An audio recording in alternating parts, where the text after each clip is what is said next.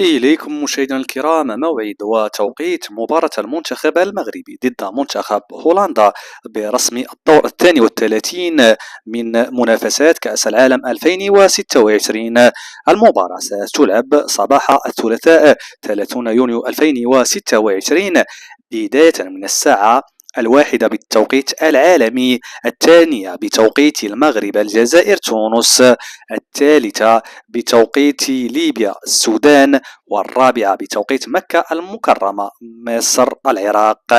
المقابلة منقولة على قنوات بي سبورتس ماكس 1 وماكس 4 بتعليق المغربي جواد بادة، كذلك منقولة على القناتين المغربيتين الرياضية والأولى بث أرضي.